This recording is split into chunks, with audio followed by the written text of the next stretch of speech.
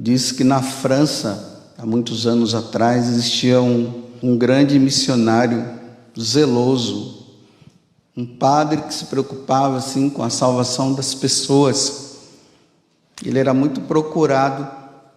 O nome dele era o padre Bussy. Como é francês, eu não sei se é Bussy ou é Bussy, né? Mas esse é o nome do padre. Diz que levaram um jovem que levava uma vida errada e não queria mudar de vida de jeito nenhum.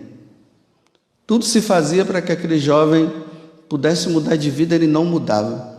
Era num tempo que se aproximava o Natal, então lá na Europa, nesse período é frio, né? Não é verão como aqui, lá é inverno.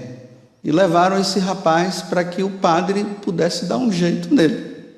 E chegou lá, o padre acolheu o rapaz, olhou para ele e disse assim: padre, não tem jeito não. Ele pensou consigo mesmo, o padre, né? Não tem jeito não, a vida desse jovem, ele não quer mudar. Mas o padre, ele usou de muita sabedoria com o jovem, acolheu ele bem. Era uma noite de inverno, como eu já falei antes. A lareira estava bem ali na frente dele. A madeira que tinha sido colocada já estava acabando, precisava colocar mais lenha, no caso. E o padre, assim, muito solícito com o rapaz, disse para ele: ô meu jovem, vem aqui, fica aqui comigo. Olha, a lareira o fogo já está se acabando lá. Você poderia colocar algumas madeiras bem lá no fundo, de lenha? O rapaz prontamente foi lá, pegou as lenhas, e quando ele começou a colocar, aí o padre empurrou a mão dele e quis segurar para que a mão dele fosse queimada. Aí o jovem gritou: sai, o senhor está louco? O senhor está querendo me queimar? O senhor está querendo que eu me queime? Aí o padre falou para ele assim: mas meu filho, a vida que você está levando é para isso mesmo, né? Você não está querendo se queimar lá no inferno? Então já vai treinando aí, meu filho. Coragem, coragem. Vai, aí empurrou de novo. Ele disse assim, aí o jovem: não, tira. Aí ele disse: não, meu filho, agora é só os dedos. Lá vai ser o corpo todo. Vai treinando, meu filho, treina. Você não quer treinar? Aí o padre mudou a conversa, dizendo assim: meu filho, quando é que você vai mudar de vida? Você vai, pense bem, pense. Essa vida que você está levando, você pensa o quê? O que é que vai acontecer? Essa vida que você leva vai ser para isso, para queimar, lá no fogo eterno. Aí o jovem pensou, naquele momento foi tomado pela graça de Deus, se arrependeu e confessou os pecados. E provavelmente levou uma vida santa. Eu iniciei contando essa história porque Jesus hoje está explicando a parábola do joio que ele contou no sábado.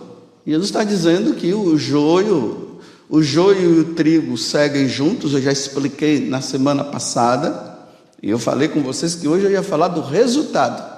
No sábado eu disse: olha, os dois estão juntos, estão caminhando. E agora Jesus fala: no mundo está assim, estão os dois. E Jesus está dizendo que o joio é simbolizado pelo inimigo. E esses são aqueles que pertencem ao diabo. E quem é que pertence ao diabo? Aqueles que levam uma vida errada.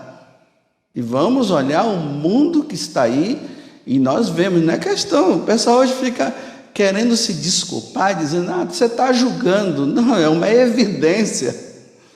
Não é julgamento. Julgamento é se eu estivesse deduzindo alguma coisa em relação a algo que eu não tivesse certeza. Mas está em evidência, está aí. A ideologia de gênero está aí. O aborto está aí, bem claro. Se você for assistir às Olimpíadas, né? Ontem os padres que estavam conversando comigo, né? Que nas Olimpíadas os comentaristas estão exaltando mais aqueles que são homossexuais. Em vez de exaltar o jogador que está lá fazendo, Não, o cara não está nem jogando, mas se declarou assim. Aí agora só mostra ele. Para mostrar o quê? Que pode-se viver assim. Bem, no mundo, aí vou abrir o parêntese de novo, como eu estou falando para os católicos, e eu sou padre, e eu preciso ajudar os católicos a se salvarem, eu queria que todo mundo se salvasse, mas os que estão fora se ofendem, então viva a sua vida. Mas eu quero salvar quem quer. Fecho os parênteses agora, falando para nós católicos, a igreja não aceita a prática homossexual. A igreja acolhe o homossexual. A igreja pede que o homossexual viva a castidade, como eu devo viver a castidade, como Rubens e a Tânia, que são casados ali, graças a Deus, precisam viver a castidade, porque o Rubens não pode adulterar, e muito menos a Tânia. Eu, como padre, tenho que viver a castidade. Os solteiros, a Bruna e o Renan, noivaram esses dias. Vocês têm que viver a castidade, né? Porque agora está perto de casar, né? Daqui a um ano, aí já vão agora. Não pode, tem que viver a castidade. Todo mundo tem que viver a castidade. Agora, eu não sei porque os que vivem nessa questão do homossexualismo, eles ficam no vitimismo dizendo que é como se só eles não pudessem viver. Você também tem que viver, meu filho e minha filha. É preciso viver a castidade. Jesus não vai te condenar por você ter a tendência. A condenação vem na prática. Vem na minha prática, vem na sua prática, na prática de qualquer um. Eu estou falando que isso está tão evidente hoje, só se fala disso. Parece que não tem mais outra coisa para se falar, não sei isso. É homossexualismo, é não sei o quê, é o trisal, é três mulheres, sei lá, com um homem. E diz que até aqui em Lorena já tem essas coisas. Já está divulgando nos Facebooks. Tudo uma forma de doutrinação, mas para nós católicos isso não é aceitável. Mas não é aceitável por quê? Porque Deus não aceita. Se Deus aceitasse, tudo bem. Se as leis desse mundo diz que pode, a lei de Deus, na primeira leitura nós vimos Moisés, que agora apresenta os mandamentos. Então, na lei de Deus, nos mandamentos, não é aceitável, Deus não quer. Mas aqui eu abro um parênteses e digo assim: quem quiser viver, viva. Porque hoje o jovem só vive dizendo assim, né? Eu quero ser feliz. É isso que traz felicidade para o ser humano? A felicidade que traz para nós é Deus. É sermos de Deus. É cumprirmos os mandamentos. Isso nos faz ser felizes, embora não seja fácil, embora seja duro, porque a carne está sempre pedindo lá, está sempre pedindo, como a minha carne está sempre pedindo. E eu tenho que lutar, por amor a Deus. Então Jesus está dizendo que esses que praticam essas coisas é do maligno. Vai dizer para um católico que vive isso: você é do maligno, o cara se sente ofendido ainda. Não, mas é assim, porque essa vida sua não é a vida em Deus. Não é uma vida de quem quer ir para o céu. E aí ele diz que o trigo são aqueles que vivem segundo o que Deus pede, Jesus está dizendo. E aí vem a cartada que Jesus dá, que eu não sei como é que as pessoas leem essa passagem e não conseguem enxergar. Parece que o diabo ele tem uma capacidade de, na hora que a pessoa vai lendo, ele muda todas as palavras e a pessoa não enxerga. E aí fogem de meditar isso aqui.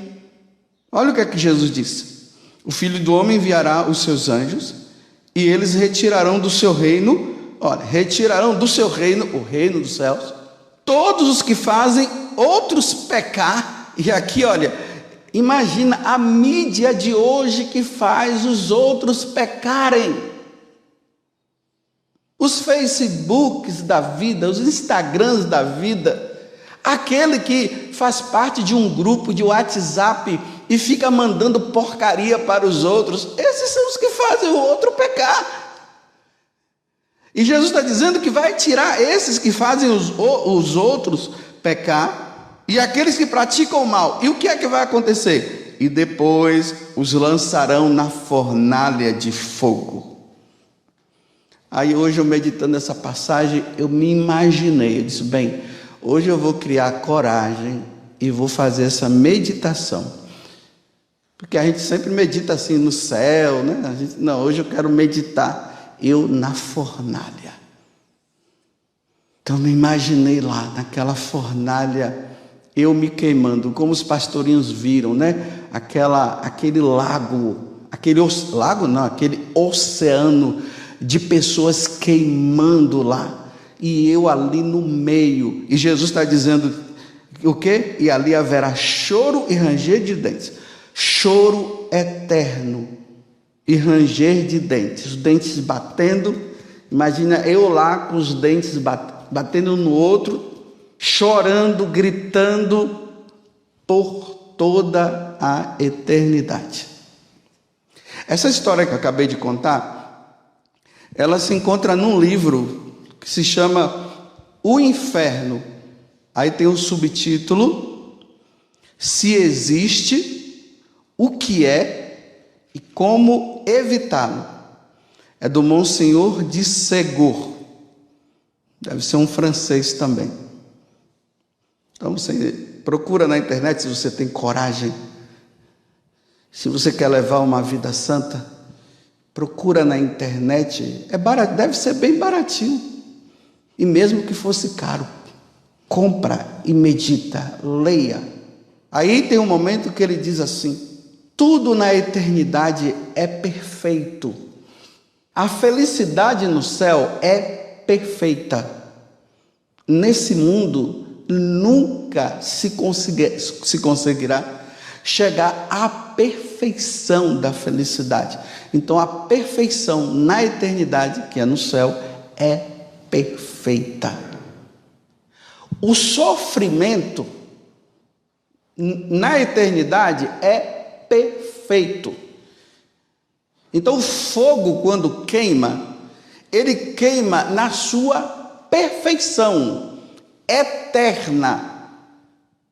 Lembrando que a felicidade no céu, que é perfeita e é para sempre, nunca mais quem estiver no céu vai sofrer. Da mesma forma, os que queimarem no fogo do inferno, nunca mais vai parar de queimar. Agora vem aqueles caras, os entendidos, os sábios e doutores, que vai dizer agora, quer dizer que lá no inferno tem fogo. Meu filho, se Jesus está dizendo, falando de fogo aqui, lançarão na fornalha de fogo, quem é você para questionar? Então, se você acha que lá você vai tomar sorvete e comer do que você quiser, então continue nessa vida errada sua, que você vai ver se tem ou não fogo. Porque é sempre a justificativa para continuar no erro e não mudar de vida. Vai sempre encontrar uma forma. Não é bem assim. É aquela história do marinheiro que eu contei esses dias, que o capitão foi lá e falou para o padre, mas vem cá, depois que o padre fez o retiro sobre o inferno, aí o marinheiro foi lá e falou para o capitão, né? Falou para o padre, mas vem cá, lá, como é que vai ser lá? Vai ser assado, cozido ou grelhado? Aí o padre, né, olhou para ele e disse assim: tu verás. Pronto, continue nessa vida que você vai ver. E depois o cara, depois de 10 anos, essa voz daquele padre no ouvido daquele homem, daquele capitão: tu verás, tu verás. Quando ele ia dormir: tu verás, tu verás. Sonhava: tu verás, tu verás, tu verás. Passava o dia: tu verás, tu verás, tu verás, tu verás, tu verás. Durante 10 anos. Aí se converteu, criou vergonha na cara. Aí se encontrou depois com o padre e agradeceu: obrigado por você ter falado aquilo para mim. Se batizou, levou uma vida santa, provavelmente morreu santamente. Então eu me imaginei lá. E aí, meus irmãos, vem a conclusão minha: Deus me livre de ficar lá. Vocês pensam que nós, porque estamos na Canção Nova, estamos todos salvos? Será que a vida que eu levo na Canção Nova é uma vida que me leva para o céu? Eu tenho que questionar isso, porque nós podemos entrar na prepotência de achar que porque a chácara agora está enchendo, o pessoal está voltando, os acampamentos estão vindo, e não sei o quê, nossa, você está vendo? E não sei o quê, e aquela coisa toda, e tudo está acontecendo e as pessoas estarem se encontrando com Deus e eu levando uma vida de perdido aqui dentro, e até pregando e fazendo um monte de coisa aí, e escondendo, e não mudando de vida. E aquilo que eu falo para vocês, depois essa história que talvez pode ser mentirosa, na hora que está o caixão ali, agora eu tenho um intercessor no céu, e a pessoa levou uma vida errada. Como eu falo para a Canção Nova, estou falando para a sua paróquia, você na paróquia, e na igreja de um modo geral, porque os dois vão crescendo junto. Vocês acham que eu sou joio ou eu sou trigo? Eu acho que eu sou trigo, né? Mas será? Eu só saberei no dia que eu for diante do trono de Deus. Aí Ele vai dizer: vinde ou afastai-vos. Aí eu vou saber. Eu não acredito quando as pessoas ficam dizendo assim, olhando, é o santinho, vai nessa, santinho. Porque as pessoas falam que nós da comunidade somos santos, né? Nós santos lá, tá bom. Fazer teatro é muito bom, é muito fácil. Hoje não precisa nem fazer curso, para fazer teatro é a coisa mais fácil. Aparentemente aquela coisa toda, aquela coisa toda e tal, mas o que está levando, o que está vivendo por trás. E eu sei muito bem o que eu estou falando. Eu não estou falando teoria, não, estou falando muito bem. Eu sei muito bem o que eu estou dizendo. Será que Jesus vai dizer o que para você? Tenha coragem de hoje reservar um tempo da tua vida. Pegue meia hora. Imagine aquele fogãozinho mineiro da sua avó lá, do seu pai, da sua mãe, aquele fogãozinho mineiro, e coloca a panelinha para cozinhar aquele feijão tropeiro, e veja o fogão lá, e veja aquela lenha toda, se veja dentro daquela fornalha ali, se coloque ali dentro, veja se sua vida, não justifique, não fique se justificando, dizendo, eu sou, não, se veja como pecador, seja humilde, não se veja como santo não, é preciso se ver como pecador. Então, se vendo como pecador, se veja dentro daquela fornalha que vai queimando, coloca lá um papel para você ver, em poucos segundos ele desaparece, aquela carnezinha de churrasco que coloca lá, que depois todo mundo saboreia, veja aquela carne sendo consumida, deixa aquela carne lá ali dentro da fornalha, daquele fogo lá, você vê o que é que vai acontecer. No inferno, meu filho, do jeito que Jesus está dizendo aqui, lá não se consome não, é um fogo que não consome. Imagina eu naquele fogo sem consumir, meu Deus do céu, por causa desse pecado, por causa daquele orgulho, porque não sabia que eu tinha que perdoar e não perdoei. Na hora que fui chamado para conversar, ainda me justifiquei, me achei melhor do que eu, sabendo que eu estava errado, virando a cara para um, virando a cara para o outro, sem buscar dar o perdão, vivendo aí uns namoros que não são namoros santos, depois se justifica, um casamento errado, entrando na internet para ver porcaria, filme pornográfico, pornografia aqui e acolá, aí aquela conversinha, eu sou fraco, eu sou fraco, eu também sou, mas não seja forte não, para ver o que é que vai acontecer, e depois está lá, a imaginar, né, estou aqui por quê? Por causa daquele pecado que eu não larguei.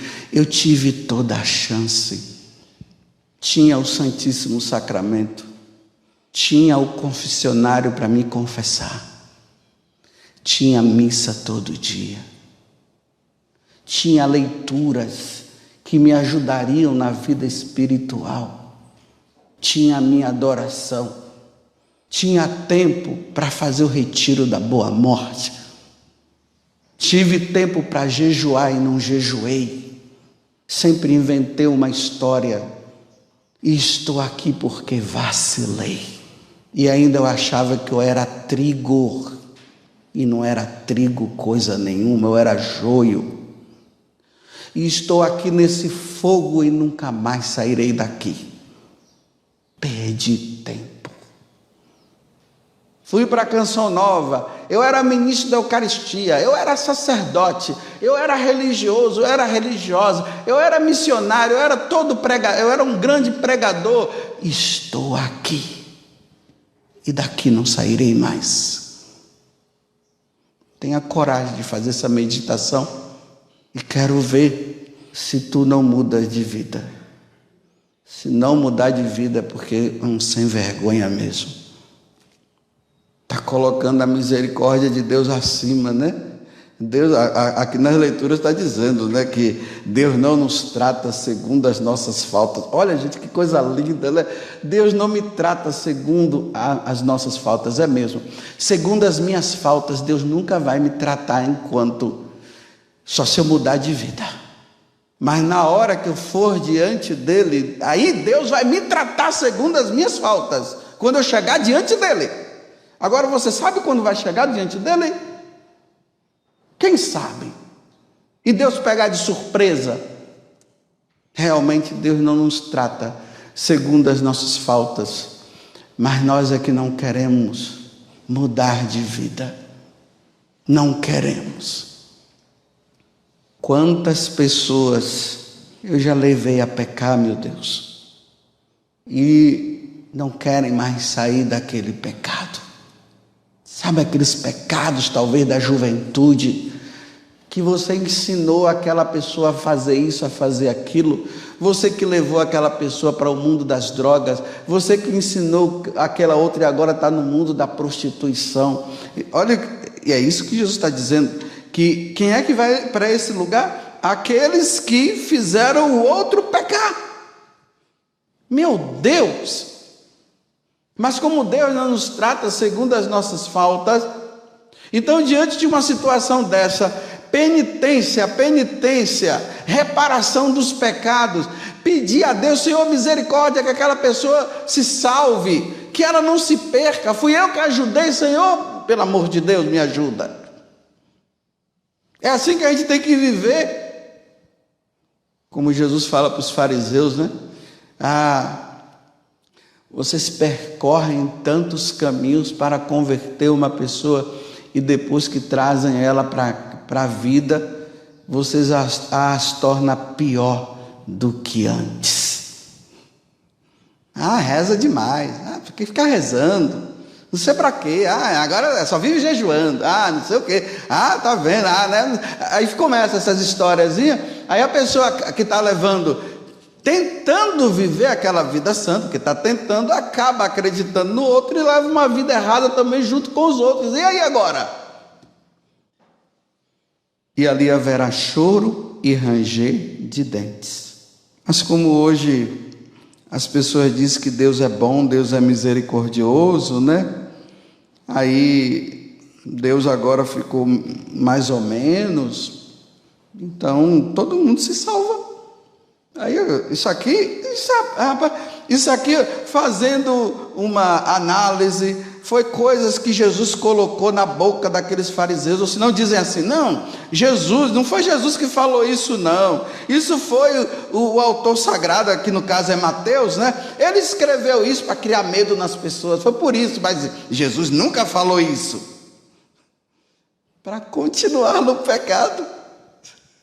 Estou há 28 anos na Canção Nova e eu quero dizer para vocês, meus irmãos, que eu estou lutando, mas que eu vou, eu não sei. Só no momento que eu chegar lá, aí eu vou saber. Porque eu não sei se a minha vida, ela está sendo uma vida, primeiro que está me levando E segundo, se está levando você? Não sei. O que eu sei é que tem gente aí que está dizendo que quando ouve a pregação que eu falo, estão se convertendo. Mas não é porque eles estão se convertendo que significa que eu estou salvo. Porque eu posso muito bem estar falando e as pessoas se convertendo, e eu nem sei se estão mesmo, né? Não sei se é a emoção do momento, porque a conversão se dá com o tempo. É o tempo que vai dizer a perseverança. Esse negócio de conversão, mudei por causa daquela palavra e depois de um tempo volta à vida velha. Não sei.